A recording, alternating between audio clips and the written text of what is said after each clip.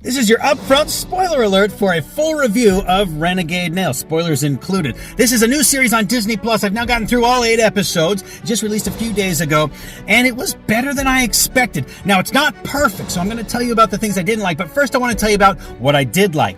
So the character was interesting. They didn't get too hung up on telling a ton of backstory. Maybe a little more would have been nice. But she had kind of an interesting relationship with this pixie, fairy, magical creature, entity guy, Billy Blind, who would enter her through an ear or mouth or whatever and give her magical powers, basically to be super strong, super agile, really aware of her surroundings, just like an amazing, fighter or whatever.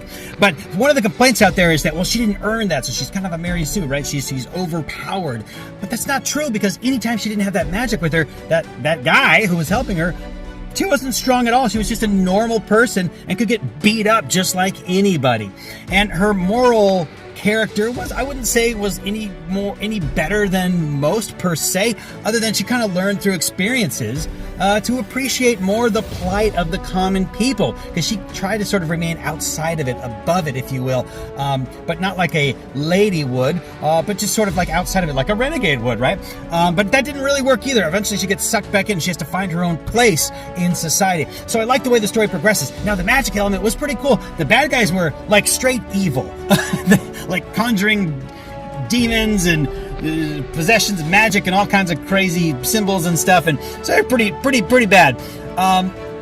The magic system was pretty unclear, and even the origin story or the connection of this little fairy guy, Billy Blind, was also very unclear and actually never given. No backstory at all to really how they connected or anything. It was just kind of accepted at the beginning of the show. So I might have liked a little bit more to that, and maybe a little more coherency to sort of the connectedness of the magic and the relevance of that little spirit or whatever.